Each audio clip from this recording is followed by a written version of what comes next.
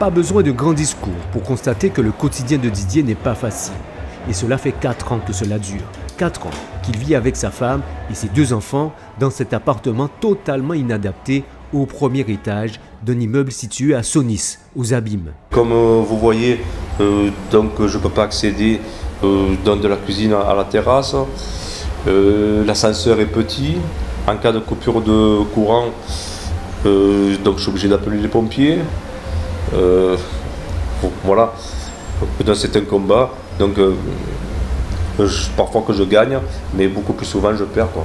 Et cela malgré les nombreuses demandes de logements plus adaptés à sa situation. La CEMAC me dit toujours pareil, me dit Monsieur Fernandez, donc on n'a rien d'accessible donc à vous proposer dans votre secteur, parce que je veux rester dans le secteur de Pointe-à-Pitre, je peux faire mes papiers administratifs, donc j'ai les enfants qui sont à l'école, et donc ils me disent on n'a rien pour l'instant, mais ils sont en train de construire de nouveaux appartements derrière, et même derrière il n'y en a aucun qui soit accessible pour les personnes handicapées. Surprenant quand on sait que le législateur impose aux bailleurs sociaux des aménagements pour faciliter la vie des personnes à mobilité réduite. Alors régulièrement, il se rend sur le chantier des nouvelles constructions entamées par son bailleur comme pour conjurer le mauvais sort en espérant voir sortir de terre des logements conformes à la loi. La solution, en attendant, serait peut-être un logement situé au rez-de-chaussée. Mais là aussi, il y a un obstacle surréaliste. Tous les apparts des rez-de-chaussée seraient déjà occupés par des locataires valides.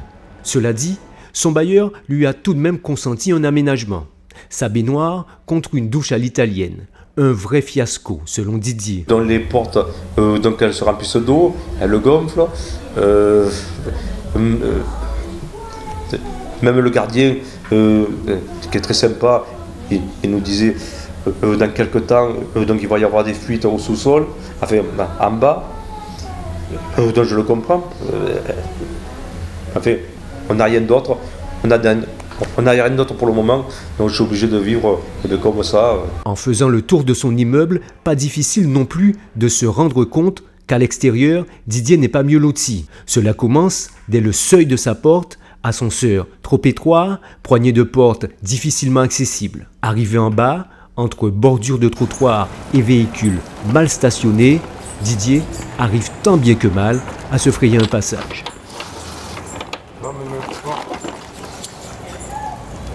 À l'extérieur, c'est pas mieux non plus. Mais après, c'est autre chose. Ça veut bien vouloir des politiques, quoi. Mais déjà, il y a un progrès niveau bus. Les bus donc, sont accessibles. Donc je suis content, je peux aller donc à Carrefour, je peux aller un peu de partout.